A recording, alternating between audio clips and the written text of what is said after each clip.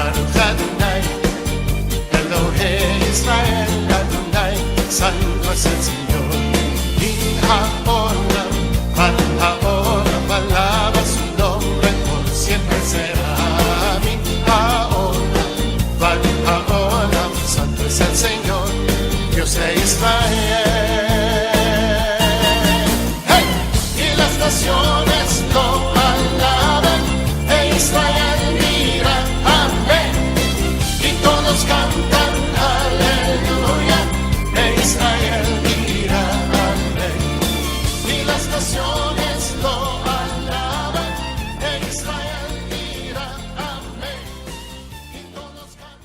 Mateo, en el capítulo 7,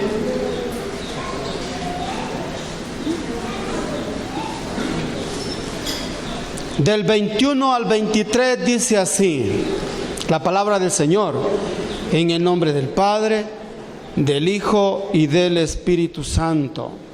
Mateo 7, 21 al 23. No todo el que me dice Señor, Señor, entrará en el reino de los cielos, sino el que hace la voluntad de mi Padre que está en los cielos. Muchos me dirán en aquel día, Señor, Señor, ¿no profetizamos en tu nombre? Y en tu nombre echamos fuera demonios, y en tu nombre hicimos muchos milagros. Entonces les declararé, nunca os conocí, apartados de mí, hacedores de maldad. Puede sentarse, hermano. Si algo he aprendido en mi vida es una cosa, hermano. Es que el aprendizaje significativo de un estudiante, no solamente un estudiante de las escuelas seculares, sino un estudiante de la Biblia, que el aprendizaje significativo va a depender mucho del interés que le ponga el que está oyendo. Eso estoy 100% segurito. Muy eminente puede ser el que se para aquí, pero si no hay interés por aprender de la palabra del Señor, es muy complicado aprenderse la definición de un concepto hasta que la necesidad toca el corazón del estudiante. Ese día el Señor había hecho muchos milagros. Había levantado paralíticos, le había restaurado el movimiento de las manos a los mancos, había expulsado demonios y ya era oscuro. Y los apóstoles pensaban, ya vamos a ir a descansar, pero no fue así. El Señor les dijo, vámonos, naveguemos mar adentro. Y estando allá en lo profundo de la mar, apareció una gran tempestad y por poco y se hunde la embarcación donde ellos iban. Y el Señor, dice la Escritura, que estaba dormido. Y les pegó una gran regañada. ¿Por qué no tenéis fe? Si habían visto milagros y prodigios ese mismo día, ¿y qué pasó? ¿En dónde está su confianza? No aprendieron la lección, hermanos. Muchas veces tenemos que ser protagonistas principales de una experiencia particular para aprender la lección. Si de algo estoy seguro, hermano, es que si estos varones hubieran aprendido antes la lección, a lo mejor no hubieran pasado semejante susto que tuvieron. Se hizo una prueba de matemática, eran como 600 preguntas. Había una parte era de matemática y otra parte era una prueba de psicología, psicoemocionales. Habían dos grupos, A y B, eran dos países diferentes. Me voy a reservar el nombre. por respeto a ellos. Pero resulta que al final que terminaron la prueba y los evaluadores calificaron, hay un grupo que salió mejor que el otro. Pero el que salió mejor, dentro de las preguntas socioemocionales que le hicieron, no se sintieron bien. El grupo que salió mejor evaluado no se sintió bien. Y el grupo que salió peor evaluado, ese se sintió bien y lo manifestó. ¿Qué quiero decir con esto, hermano? En la vida espiritual pues pasa algo parecido. Una persona puede sentirse bien en una congregación, pero estar mal. Y al final puede terminar mal evaluado. Es lo que les pasó a estas personas que están aquí metidas. Yo me pregunto, ¿qué pasó ahí? ¿Qué pasó ahí? ¿Por qué fueron reprobados estas personas? ¿Qué quiere decir el Señor? ¿Qué nos quiere decir el Señor a nosotros con esto? ¿Cómo es evaluado? Nosotros no debemos depender de las cosas que hicimos en el pasado. Esas nos sirvieron en aquel día. Fíjense que en un partido de fútbol, perdónenme que meta el fútbol aquí, pero yo fui futbolista. Y en un partido de fútbol estábamos jugando y un compañero metió un gol temprano, comenzando el partido, pero se emocionó él antes. Se emocionó tanto que ya no seguía la pelota y ya no marcaba y terminamos perdiendo el partido 3-1. ¿De qué sirvió el gol que metió él? No le sirvió de nada. Lo mismo nos puede pasar a nosotros, hermano. Las cosas buenas que hicimos en el pasado no nos van a servir para salvarnos. Y tiene que quedar bien clarito eso en el creyente. No nos sirve. Nos sirvió en aquel día. Ahora preguntémonos, ¿cómo estoy hoy? ¿Qué estoy haciendo hoy? Parece que estas personas fueron reprobadas, hermano. El sentirme bien en la Rey de Reyes, y para usted que me va a ver en alguna red social, el sentirse bien en una congregación no me garantiza que soy un cristiano creyente auténtico. No me garantiza que yo estoy agradando a mi Señor. No me garantiza nada. El hecho de que yo me congregue tampoco es una garantía de que soy un cristiano auténtico y que estoy haciendo la voluntad de Dios, porque me pueden mover otras motivaciones que no es guardar el señorío de Jesucristo en mi vida. Está bien congregarse, es más, es bíblico congregarse y es necesario. Pero eso no me garantiza que soy un cristiano auténtico y que estoy haciendo la voluntad de Dios. El ofrendar tampoco me garantiza. No me garantiza eso.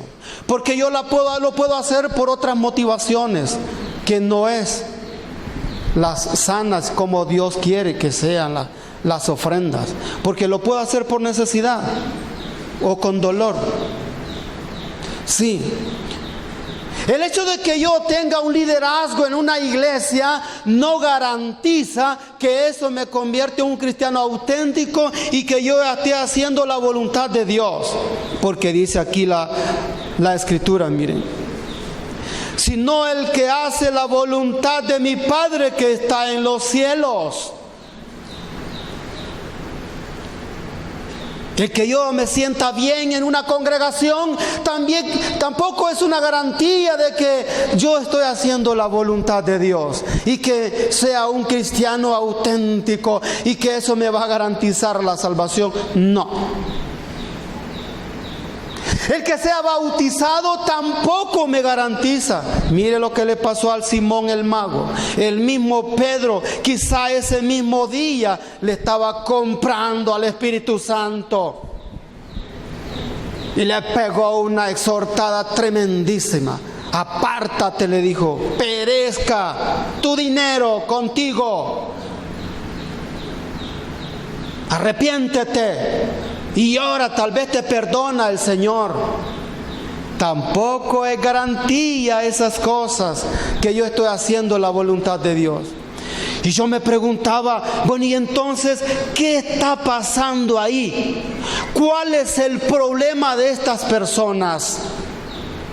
Imagínense, hermanos, de verdad le digo, no miento, un día de estos, bueno, dormido, pero pasé predicando toda la noche. Sí, toda la santa, le llamo santa porque es raro que uno pase soñando, durmiendo de esa manera. Que predicaba así como lo estoy haciendo ahorita. Y me dio los textos cabal el Señor, y los tengo bien claros. Y me decía él allí en el sueño, es porque le falta amor, amar al pueblo mío, le falta mucho amor, le falta amar a su hermano. Y me llevaba, fíjese, yo le decía a alguien, de nada te sirve que vayas, te congregues, seas bautizado, tengas un liderazgo, ofrendes, diezmes, si no tenés amor, nada sos. Porque está escrito, dice así, porque si no tenéis amor, somos como un metal que simplemente suena y como un címbalo que retiñe. Estas palabras que sacó el Señor de su corazón no fueron escritas para hacer sentir mal al pueblo. No fueron escritas estas palabras tan fuertes, tan contundentes, tan penetrantes, para herir sentimientos. Y no es mi propósito ni propósito de la palabra de Dios es herir los sentimientos de los que están oyendo y usted que me está escuchando también. No. Sino es para que nos hagamos un examen. Como dice 2 de Corintios. ¿Qué les parece? Y vamos a 2 de Corintios 13:5. Ahí hay una escritura bien bonita, hermanos. Pero me permiten volver otra vez aquí hoy. 2 de Corintios dice una palabra para nosotros, hermano. Dice así, mire. 2 de Corintios 13:5. Examinaos a vosotros mismos si estáis en la fe. Probaos a vosotros mismos. ¿O no conocéis a vosotros mismos que Jesucristo está en vosotros? Al menos que estéis reprobados. Mas espero que conoceréis que nosotros no estamos reprobados. Imagínense ustedes. Este texto que estamos leyendo de Mateo, hermanos, está emparentado con otro texto siempre de Mateo, del capítulo 25, a partir del versículo 31, dice que en aquel día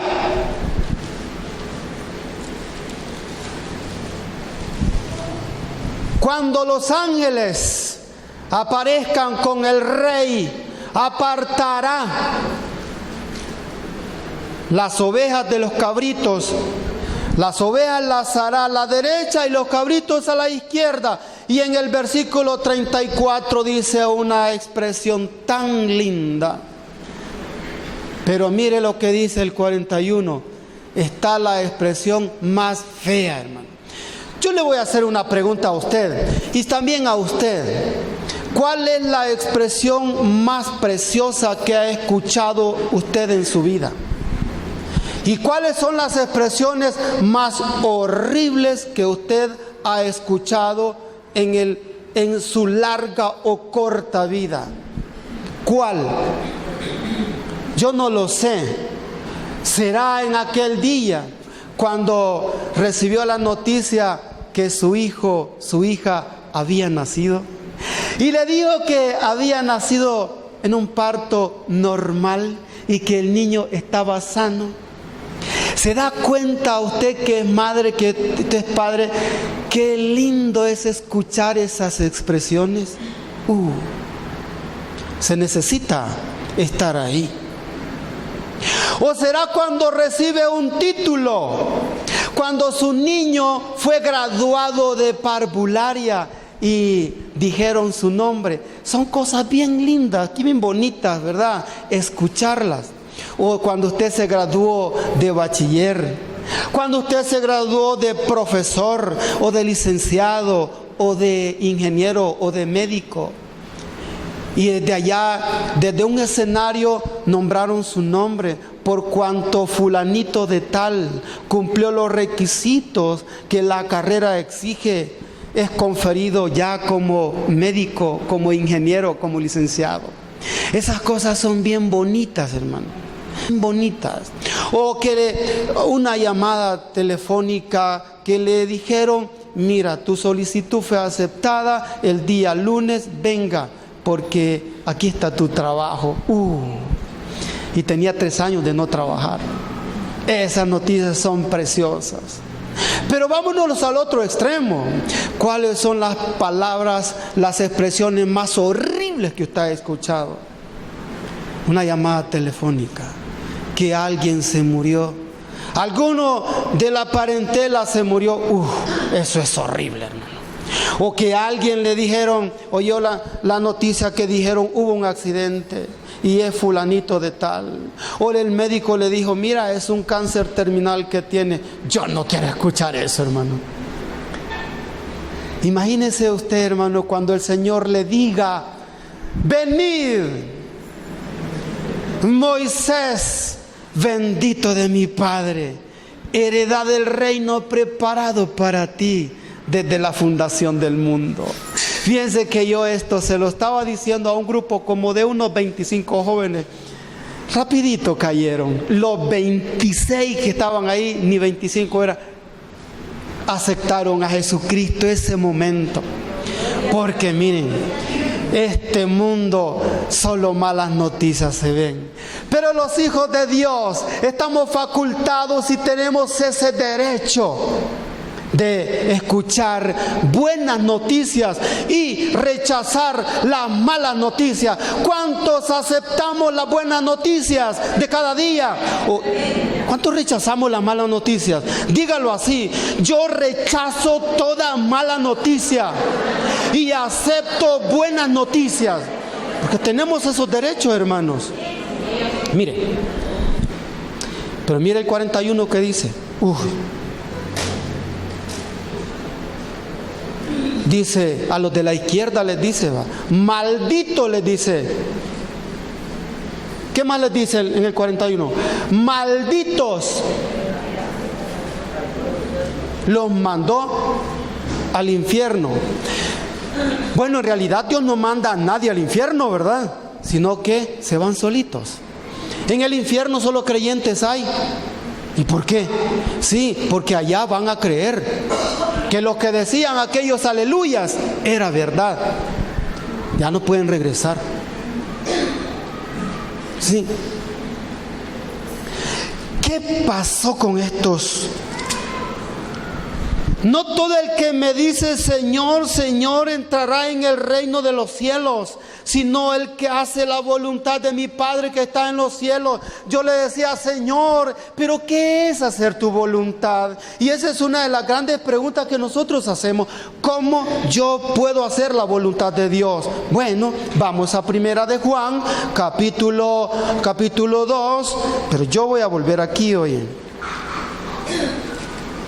Primera de Juan, capítulo 2, dice así en el versículo 3, mire: Y en esto sabemos que nosotros le conocemos, si guardamos sus mandamientos. Pero el que dice, yo le conozco y no guarda su mandamiento, el tal es un fino mentiroso.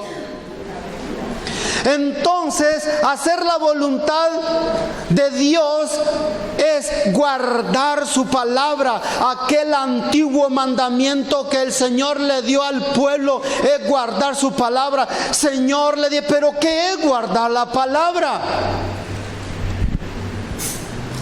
Es igual que conocerlo. Bueno, ¿y qué significa conocerte, Señor? Fíjense que revisando un poquito el griego, yo voy a ver qué significa la palabra, el verbo conocer, Señor. Y fui a revisar las versiones griegas y me encuentro ahí, que el verbo conocer tiene varios significados. Y le voy a poner dos nada más. Uno es conocer algo simplemente porque lo conozco, un conocer intelectual que dice, yo conozco a fulanito de tal porque es mi compañero de trabajo y pum, se acabó. Pero está otro verbo, conocer, es del cual se está refiriendo la Escritura aquí. Y en esto sabemos que nosotros le conocemos y guardamos sus mandamientos. Quiere decir que guardar su mandamiento es conocerlo a Él. Y viene de un significado griego que significa, porque ahí está la palabra ginosko. Ginosko aparece ahí. Y aparece que significa es aquel que tiene una relación íntima con otro. Eso significa conocer. Y me lleva el Señor allá a Génesis, cuando dice que Adán conoció a Eva y me dio un hijo llamado Caín, y volvió a conocer a Eva y hubo otro fruto. ¿Qué significa eso? Que cuando hay una relación íntima entre Dios y los hombres, hay un fruto. Y una de las pruebas es que nosotros estamos guardando sus mandamientos, es que le conocemos y es porque tenemos una relación íntima con el Señor. ¿Cuántos de aquí tienen relación íntima con el Señor? Amén. Díganlo por fe, hermano. Sí, porque de otra manera, ¿a dónde estamos? Estaremos en las mismas condiciones de estas personas. Yo no quiero eso, hermano. Ni la deseo para usted. Porque dice aquí, miren, entonces el versículo 23, entonces les declararé, nunca los conocí, porque ahí aparece la palabra etos, ahí aparece la palabra etos, que significa ética.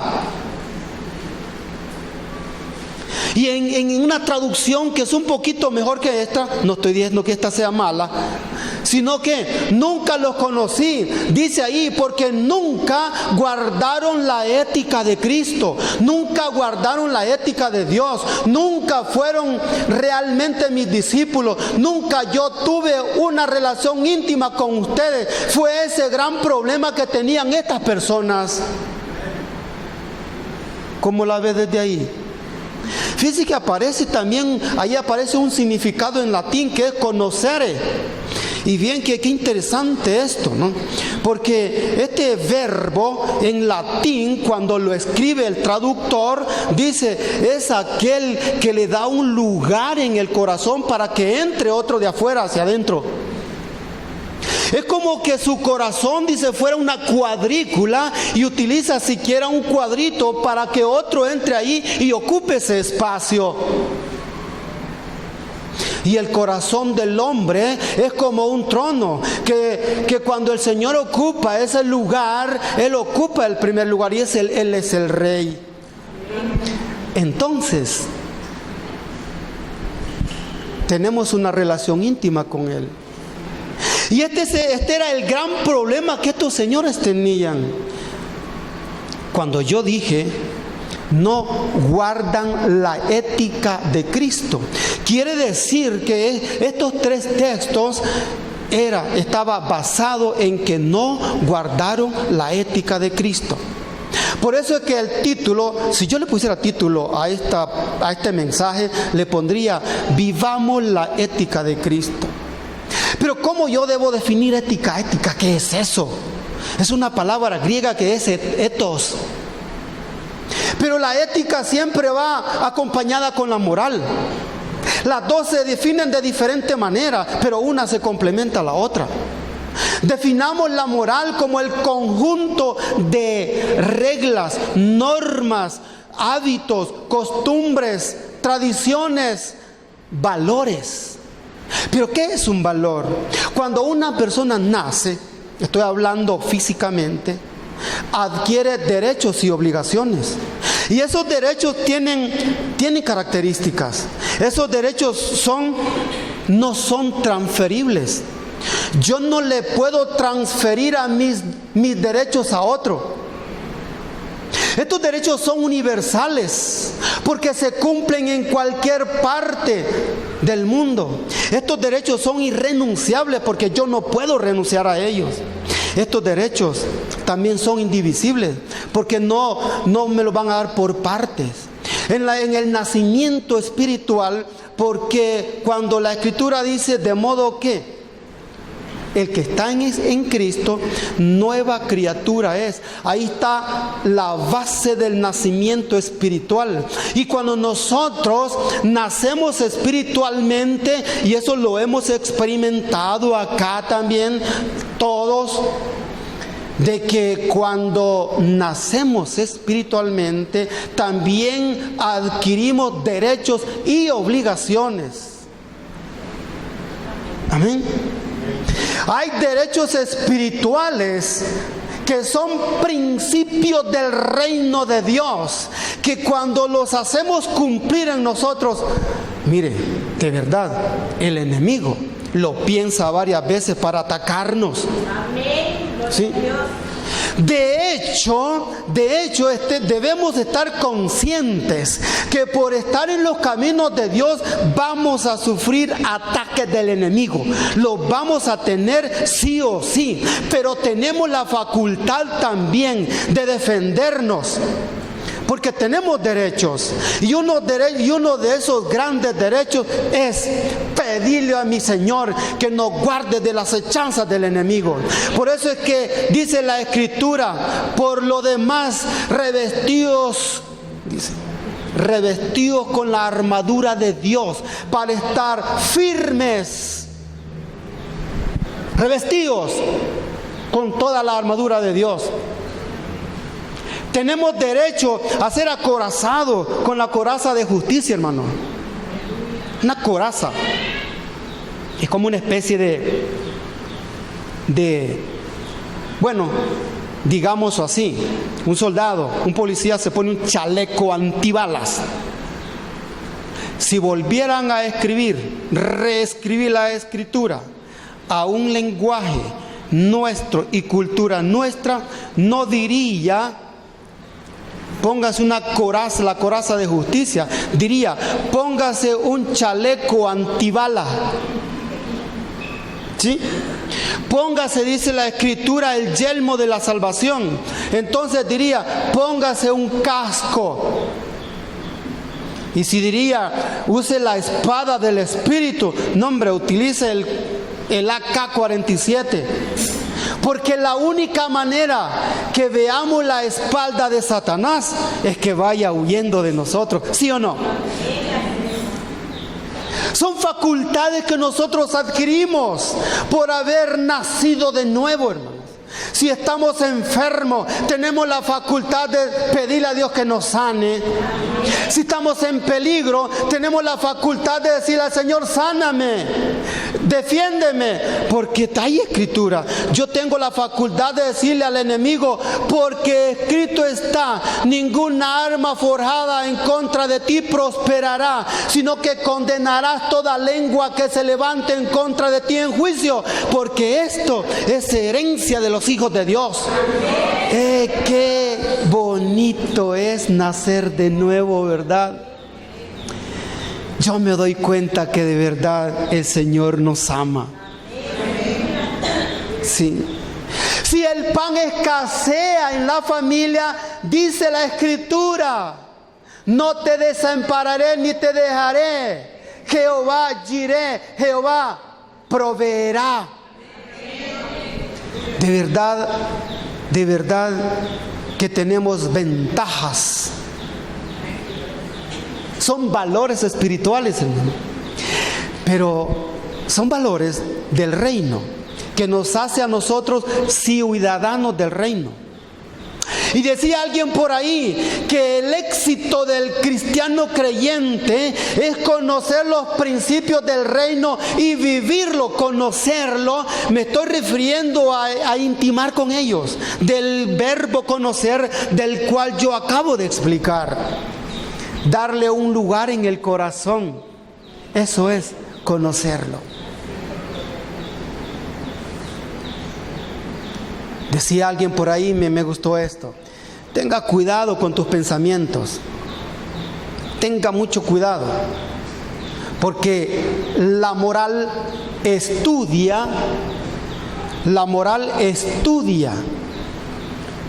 los hábitos, y los pensamientos da origen a los hábitos. ¿Sí? Fíjense que estaba leyendo por ahí que se hizo una investigación de lo que el ser humano piensa diariamente. Y los resultados fueron vergonzosos, hermano. Vergonzosos. Decían los resultados, porque le hicieron un examen a como a 1,200 personas de diferentes partes del mundo. Más del 85% de las cosas que nosotros pensamos son malas. Imagínese usted que apareciera ahí un examen, una ultrasonografía de las cosas que nosotros pensamos, nos cae el rayo, ¿verdad? Mire, esto les pasaba a estos señores también. Ellos esperaban, grandes siervos, vengan a ocupar los mejores puestos del reino. Eso esperaban ellos. Pero ellos esperaban que les dijera: venid, bendito de mi Padre, sentate a mi derecha. Sí, se fueron a sentar de verdad con mi Cristo. No practicaron la ética de Cristo. Tenga cuidado con lo que piense después de esos resultados. Y mire, y nos involucra a nosotros también. Tengamos cuidado, porque los pensamientos llevan y dan origen a los hábitos, y los hábitos dan origen a las costumbres, y las costumbres dan origen a las tradiciones, y las tradiciones marcan el destino de las personas. ¿Sí? Y de eso va a depender si se vaya para el infierno o se vaya para el cielo. Porque nunca practicaron la ética de Cristo, estas personas fueron reprobadas. Vean, está aquí la ética de Cristo y está aquí la ética del hombre. Y las dos éticas compiten para regir el comportamiento del ser humano, para regir la conducta del hombre. Y eso nos involucra a nosotros también.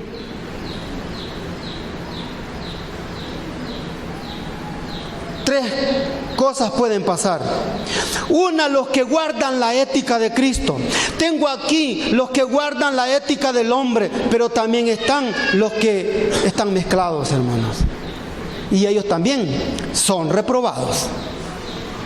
Porque la Escritura dice: más te vale seas frío o seas caliente, pero tibio. Nadie los quiere a los tibios, hermano.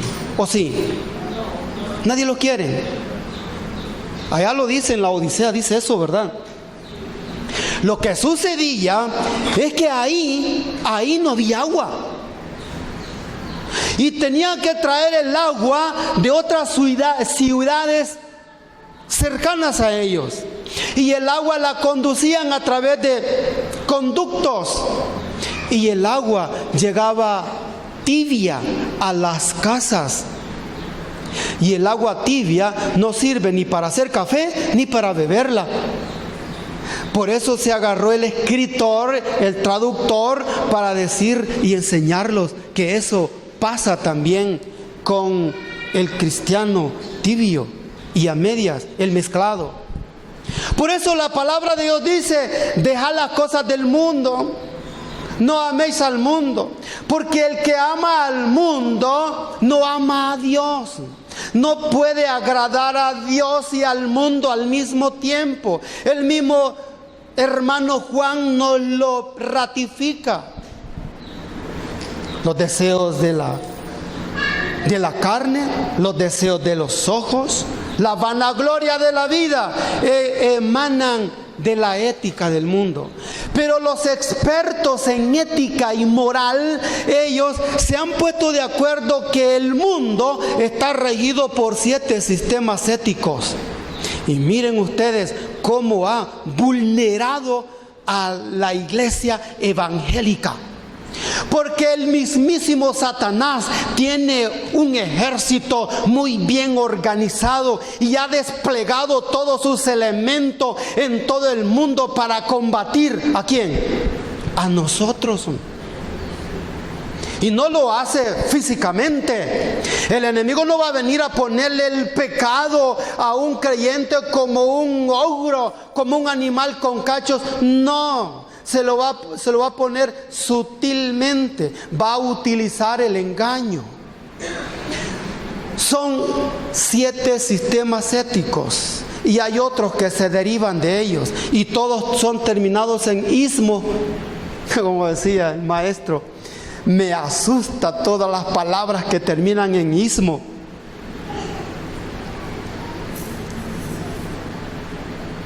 Ecumenismo, universalismo, existencialismo, realismo, comunismo, todos esos, hasta el hinduismo, utilitarismo, positivismo.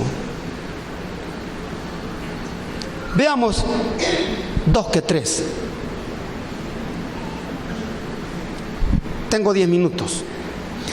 Veamos uno de ellos y cómo está afectando a la iglesia.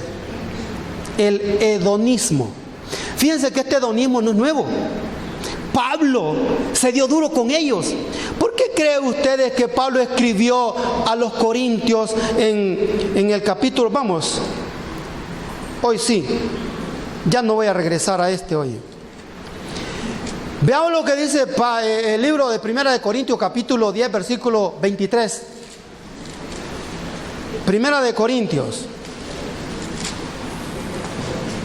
Vean cómo dice, cómo este sistema ético que está fundamentado. Y Pablo, como le gustaba discutir con los filósofos de aquella época, porque seducían al pueblo de esa manera, dice el 10:23, miren, ¿cómo dice ahí? Todo me es lícito. La palabra lícito significa todo me es permitido hacer, pero no todo conviene. Todo me es lícito, pero no todo edifica. Y dice aquí, ninguno busque su propio bien, sino el del otro. Porque ellos basaban ellos en lo siguiente: primero mis dientes y después mis parientes, decían ellos. Porque basaban toda la ética, la basaban en el placer, en la gratificación de la carne. Todo aquello que genera, que es gratificante a la carne, es ético y es moral. Y todo aquello que genera malestar al cuerpo, malestar a la carne, todo lo que provoca sufrimiento y dolor, eso no es ético y no es moral.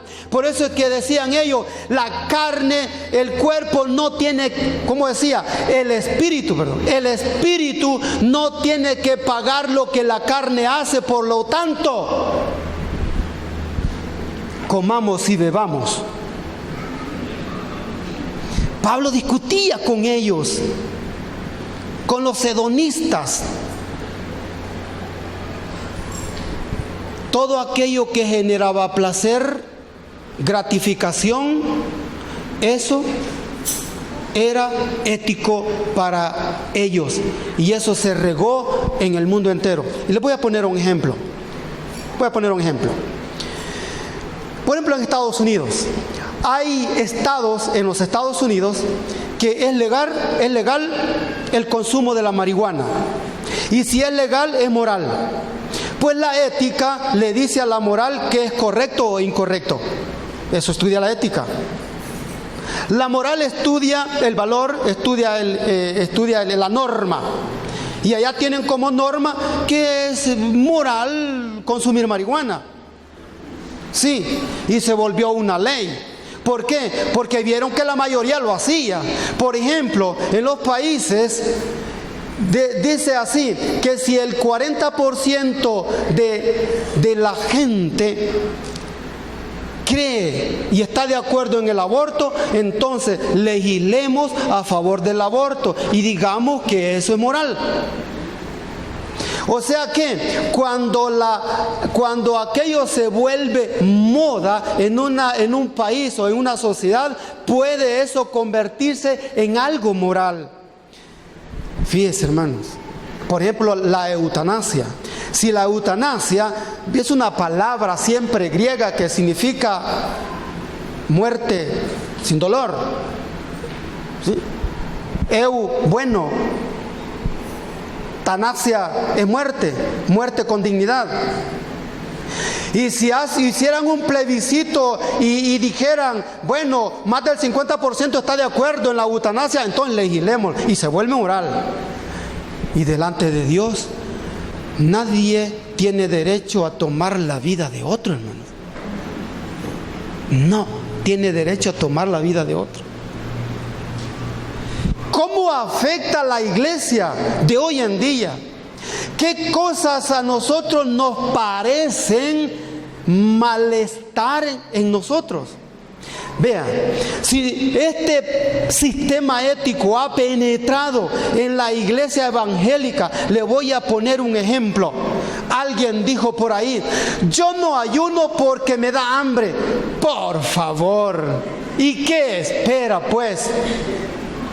Yo no voy a la vigilia porque me da sueño. Por favor, es puro hedonismo que se ha metido al corazón de aquellos que sienten eso. Y sin darse cuenta lo está haciendo sutilmente el enemigo.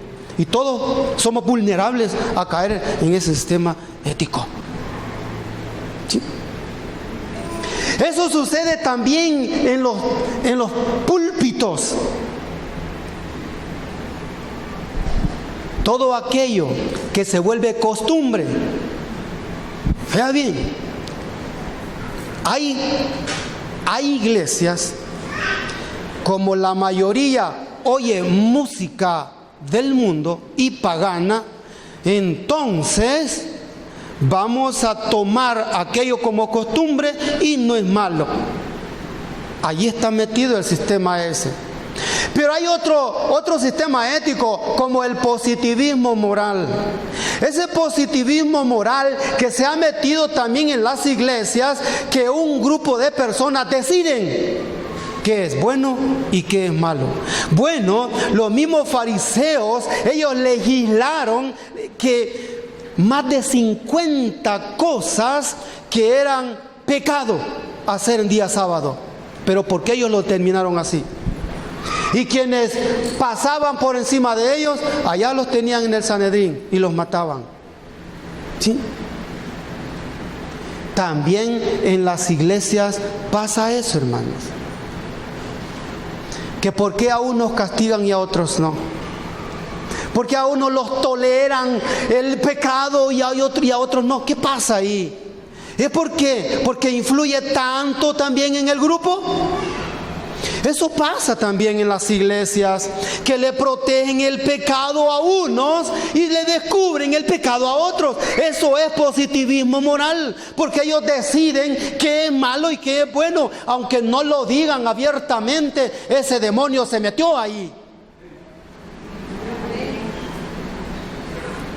También está el utilitarismo moral. Yo escuché a un predicador decir: un líder debe fijarse con quién se junta, un buen líder debe elegir a sus amigos, debe rechazar a aquellos que no le van a enseñar, al fracasado. ¿Y Cristo con quién se juntaba, por favor? Ese sistema de ético abunda en las iglesias también. Al pobrecito lo dejan ahí. Se junta con personas que le va a sacar provecho. Yo no voy a decir que no sea malo, porque voy a aprender de ellos. Pero ¿y aquel y el fracasado qué? Cristo se juntó con las prostitutas, con los leprosos, con las mujeres estériles, y de ellos se interesó Cristo. Me gusta cuando dice: cuando vayas a Grecia, pasa por Atenas. ¿Saben qué quiere decir eso? Miren, cuando vayas al mundo, no te olvides pasar por aquel necesitado, por el fracasado, por el huelepega. No se te olvide ir al parque y llevar un mensaje de aliento a aquel que lo necesita. Ese sistema ético también está metido. Deciden qué es bueno y qué es malo. Yo me di cuenta de un caso. Nosotros estamos acostumbrados aquí que el que pasa la Santa Cena, bueno, está ahí como metido en el manual de que hay que ser bautizado. Y está bueno, ¿no? Hay que reglamentarlo, ¿no? Pero se dio un caso. El pastor estaba dando la Santa Cena, pan, y en eso venía una prostituta vestida de prostituta. Y cuando estaba como a unos metros, él dijo: Dios mío, ¿y qué hago? Esta mujer no puede pasar la Santa Cena, no puede tomarla. Y en un momento pensó: yo le voy a decir, ¿y usted sabe qué está haciendo? Cuando ella me diga no, entonces usted no puede tomar la Santa Cena.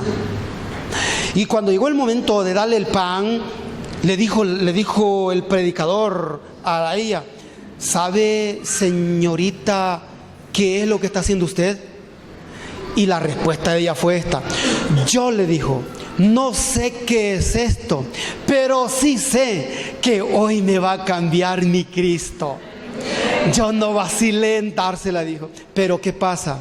Al día siguiente mi jefe ya lo sabía, mi supervisor ya sabía, y me dio 6 meses de disciplina, y no subí a predicar durante 6 meses. ¿Por qué? Porque estaba legislado y determinado que es pecado pasar la Santa Cena, porque está reglamentado. Yo no voy a decir que no está bien, ¿cómo no? Pero Dios es el que manda. Y las excepciones, hay, como dice un dicho, ¿no? Hay excepciones de la regla. Así también nació la ética de Cristo. La ética de Cristo nació en el amor ágape. ¿Y qué es amor ágape? Es el amor genuino, es el amor puro que una persona pueda sentir por Dios. El mismo amor que Dios le tiene a la humanidad, Él desea que así le amemos nosotros, y eso es amor ágape.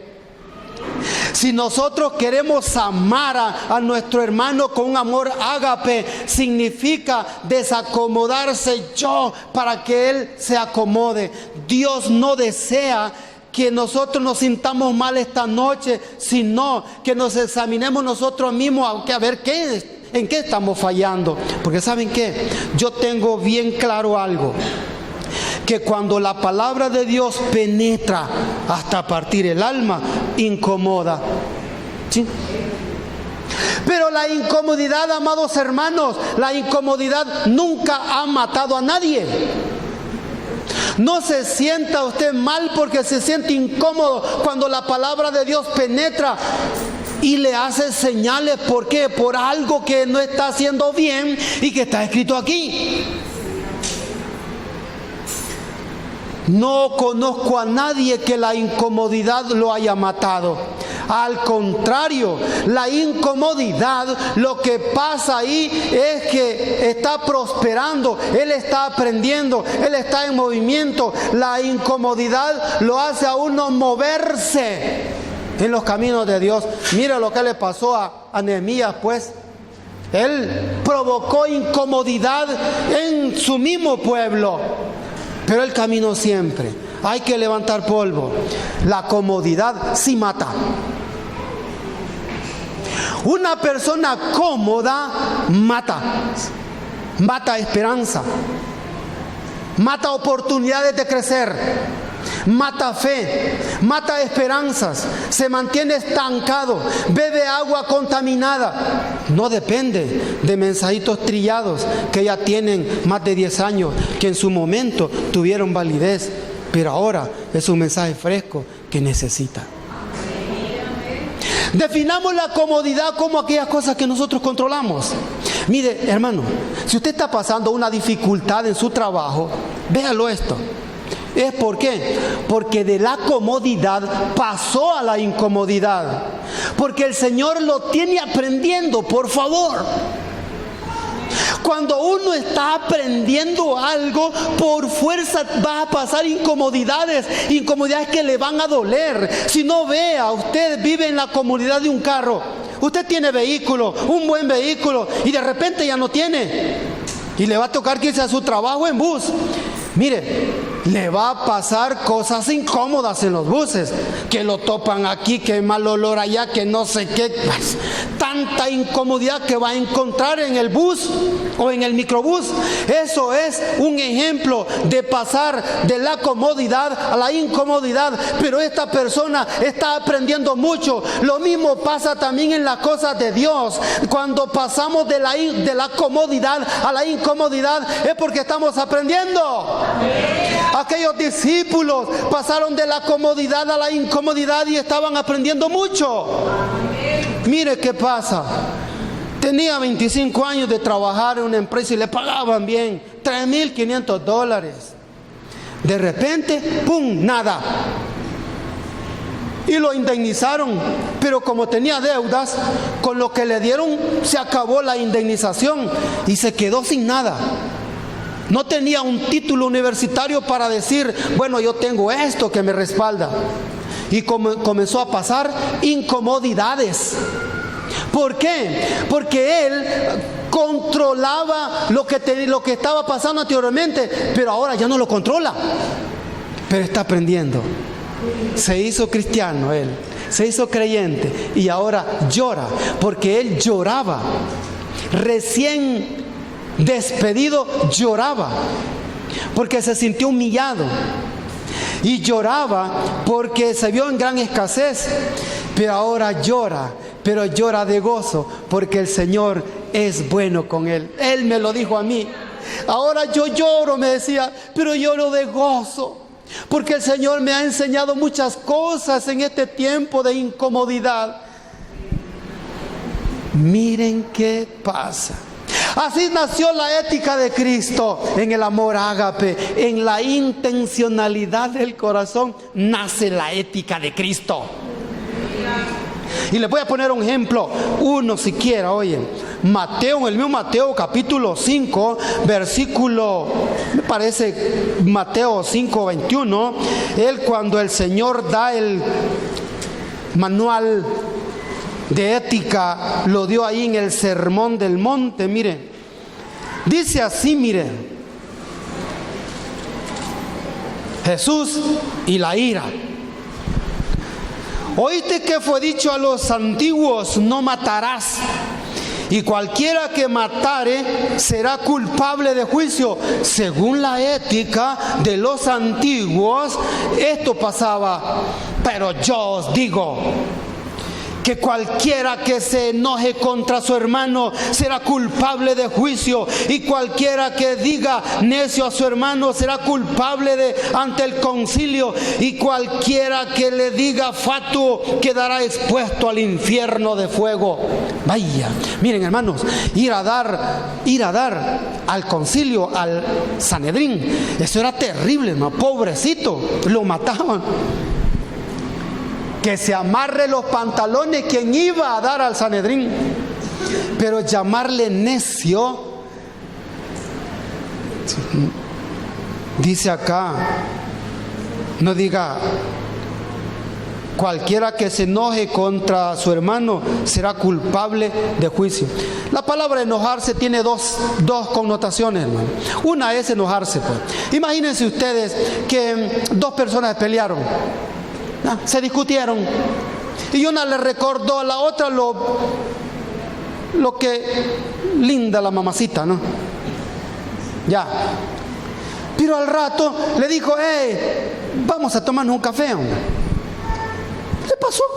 Eso se llama enojo. Un enojo que hasta terapéutico es. Pero está otro enojo. Otro enojo que es enojo con venganza. Es aquel enojo, hermano, que mata de verdad. Es aquel enojo que hay venganza en el corazón. Me la va a pagar me la voy a desquitar. Y sí lo hace. Lo veré en el desierto y miel le voy a dar. Y en la iglesia, gloria a Dios, hermano.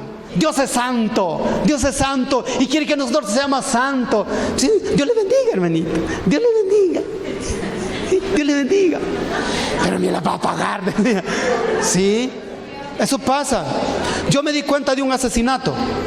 ¿Por qué? Asesinan esperanza, asesinan oportunidades, asesinan prestigios. Mire, es una señora, tenía 30 años de edad, tenía 3 hijos. Fue abandonada por su esposo.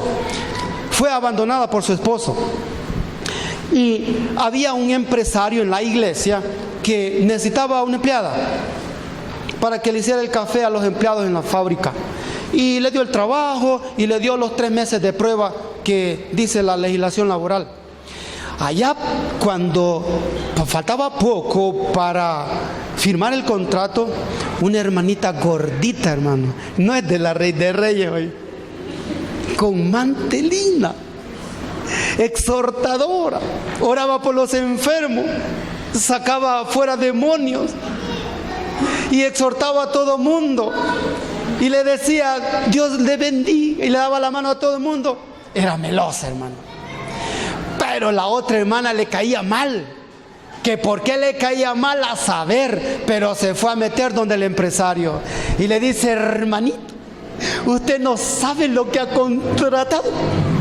Dígame, señora, dígamelo hoy, porque mañana yo debo contratar a esta señora y firmar el contrato.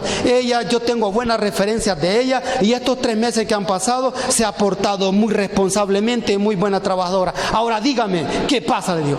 Yo no voy a abrir mi boca, hermanito, le decía ella, que el Señor le revele que ya había puesto la duda, ya había metido el cuchillo hasta el fondo, y el señor aquel no contrató a la mujercita. ¿Qué pasó? Ella se fue de la iglesia, y lo último que se supo 2 años después, que trabajaba en un cabaret, se prostituía, tenía 3 hijos.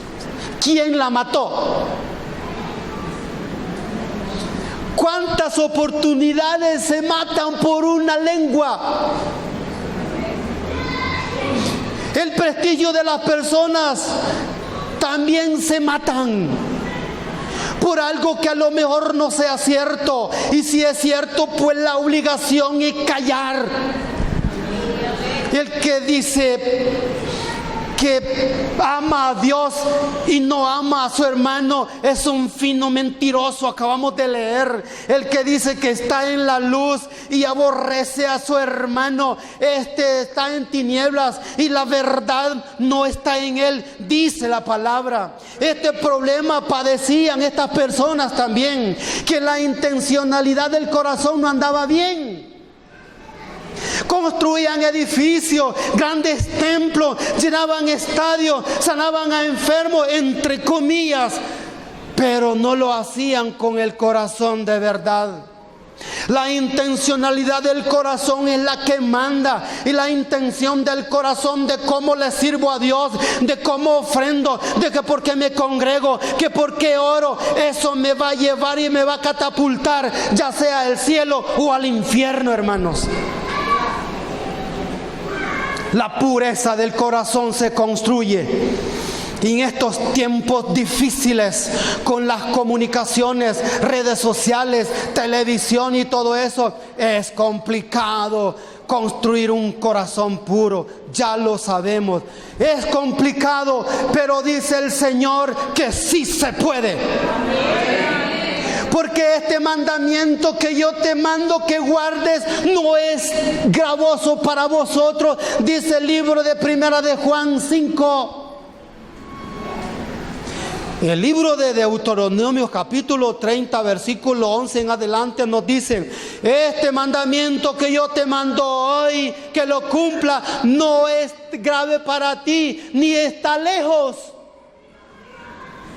No digas que está en el cielo, para que digas quién irá al cielo y nos lo haga traer para que lo cumplamos. No está del otro lado del mar, para que digas quién va y cruza el mar, está allá en Europa y diga y lo traiga y lo hagamos y lo cumplamos. Cerca de ti está la palabra, dice el Señor. Así que por lo tanto en la boca está la palabra.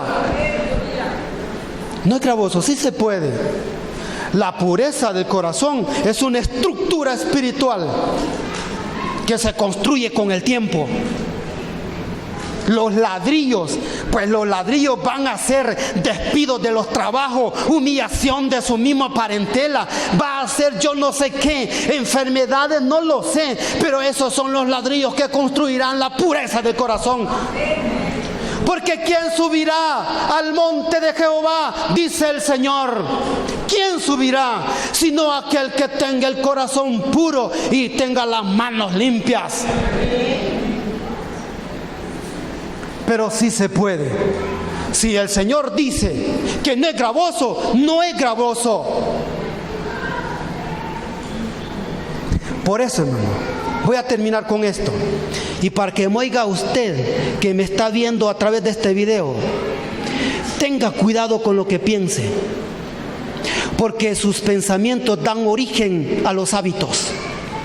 Tenga cuidado con sus hábitos, porque estos dan origen a las costumbres. Tenga cuidado con las costumbres, porque eso da origen a las tradiciones. Tenga cuidado con las tradiciones. ¿Por qué? Porque eso va a marcar su destino y eso va a determinar si se va a ir para el cielo o para el infierno. Porque yo he leído que la palabra tradición significa entregarse en las manos de. Póngase de pie. Gracias por ponernos la atención de escuchar de nuestro Señor Jesucristo. Quiero decirte de que mi Señor tiene un plan perfecto para tu vida. Si te has desviado del camino, regresa. Eres una oveja del Señor, pues a nadie le va bien apartándose del Señor. Búscalo. Recuérdate que la palabra dice: buscadme en tanto que estoy cercano. Tú puedes hacer la oración de fe. Tú puedes restaurarte. Tú tienes a quien te ayuda. Haz esta oración conmigo. Señor Jesucristo, reconozco que soy pecador. Te ruego que en esta hora borres mis rebeliones y me des una oportunidad más. Hoy te acepto como mi Salvador. Hoy me reconcilio también. Quiero hallar paz en medio de tormenta. Ayúdanos, por favor. Escribe mi nombre en el libro de la vida, para que el día en que tú vengas puedas llamarme y poder responder a ese llamado tan lindo que tú nos has hecho. En el nombre de nuestro Señor Jesucristo, ahora confieso que tú eres mi Salvador. Amén. Amén.